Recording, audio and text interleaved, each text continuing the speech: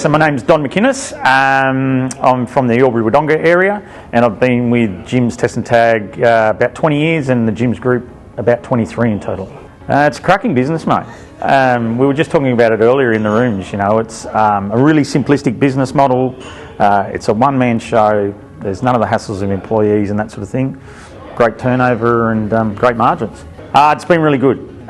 So my wife Nicole and I, we've got 4 kids.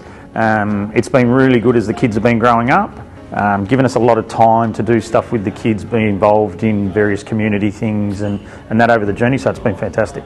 Yeah, the income potential, it's very easy, I believe, to generate a corporate style income, but not working anywhere near the corporate sort of hours. So, I have a bit of a mixed bag. I do a bit of working away, you work quite hard when you're doing that.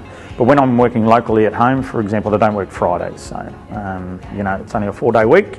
But yeah, the income you can earn is pretty impressive. Yeah, the work is, I guess the big thing is physically it's quite, I wouldn't say easy, but it's not daunting. So we probably have more guys in our business that are over the age of 45 than we do under 45. There's a couple of guys in the room here that are in their 70s. So it's not a physically hard task for people to do. We've got a couple of women. It'd be great to get a lot more women involved in our business. I guess the biggest thing we do is we want to come into a business and identify what their problems or issues are and provide solutions around that. We're not just a one-trick pony, so we like to come in and tick off all of their services. So from a compliance point of view, we really like to be able to come into a business and service all their compliance needs, and they're only having to deal with one contractor. So not dealing with a contractor for their emergency exit lights, another one for their fire and test and tag. We like to sort of tick all the boxes.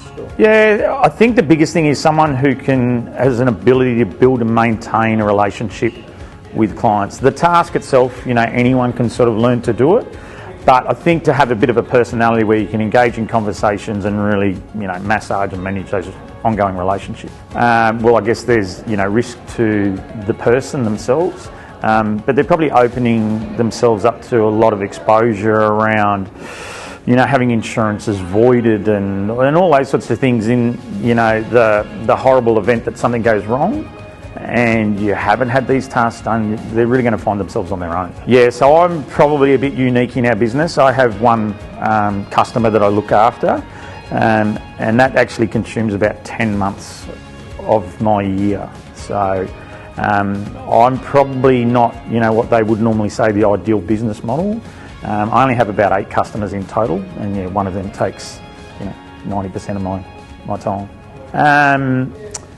Someone who wants to create a lifestyle for themselves, but also someone that have to take responsibility for their own outcomes. So it is a reward for effort-based business. So the more they're prepared to put into it and take responsibility around those things, the more they're going to get out of it. But as I was saying earlier, we've got lots of friends in business, and you talk to them, and the amount of people that say to us we have a very unique business model is quite surprising. So yeah, there's definitely some benefits.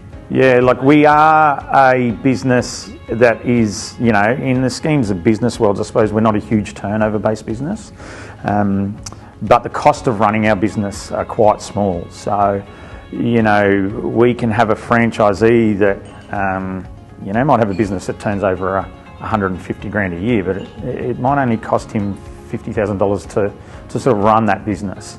So, they're getting a return of $100,000. We've got friends in different businesses and other franchise models, and, for them to pull $100,000 sort of profit out of a business, they're looking at turning over $1 million. So that's where we're quite unique, 20-something years in the business, we've been looking at maybe other ideas, whether we transition out of the business, but we have identified we don't want a high turnover, low margin business, and we just sort of keep coming back to saying, I think we'll just stay where we are. So, yeah, been in the business a long time, but I wouldn't be surprised if, in another 5 years I'm still at another conference and still doing what we're doing. Yeah, I believe we can. Yeah, so we can teach anyone to do the task and all those sorts of things. You just need to be bringing that personality and those communication skills and that sort of thing. But the actual task of doing what we do, yeah, we can kind of get anyone to do it.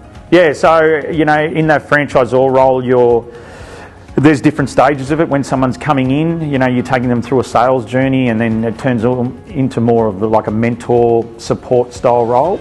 And that can vary depending on where that person is in their business. So, you know, someone quite new, you're spending quite a lot of time with them, whether that's in person or over the phone or what have you. And then as the journey goes on, you know, some of those relationships change. So we've got, you know, Chris Richards in here, for example. He was one of our franchisees, and he's been in the business probably 15 years, I suppose.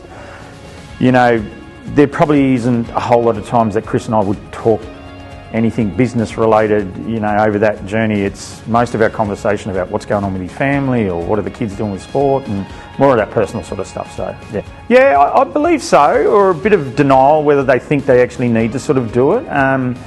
You know, I wouldn't be firm on the statistics, but I wouldn't reckon there's probably, you know, in the business world, I would say there's only 20 to 30% of businesses that would actually be getting the services done. Some industries are quite different. So the construction industry is heavily regulated. So the percentage of people in the construction industry would probably be 90 to 100% getting it done. But, you know, in other industries, food-related ones would be a classic. I don't reckon there'd be many cafes, restaurants and that sort of thing that would get done. But, you know, again, they're probably in a high-risk environment because they've got, you know, lots of cooking appliances with elements and all those sorts of things that break down, opportunities for fire and that sort of stuff. So, yeah, there's certainly a lot more that should be getting done. So the opportunities are still out there. Yeah, I don't know that it'll get more regulated. I can't say that I've seen that dramatically change in the 20 years that I've been in it. Maybe more awareness around it as time goes on, which will create a bit more market share. Us as a business, like, we're pretty stable. You know, any environment or any location, there's always those, you know, small operators or other organisations that do it, but they seem to come and go. There's not too many that have been around the length of time that we have. And the other thing is, it's a pretty insulated business from the economic market. So even at the moment, you know, times are tough. Retail, hospitality, all those sorts of things, people are struggling, whereas we just seem to be pretty consistent. You know, we're a compliance-based business, so it doesn't really matter what's happening in the economic climate. We seem to stay pretty steady, and even in the, you know, the horrible times of COVID for those few years, some of our guys had their biggest years in business during COVID. It was quite amazing.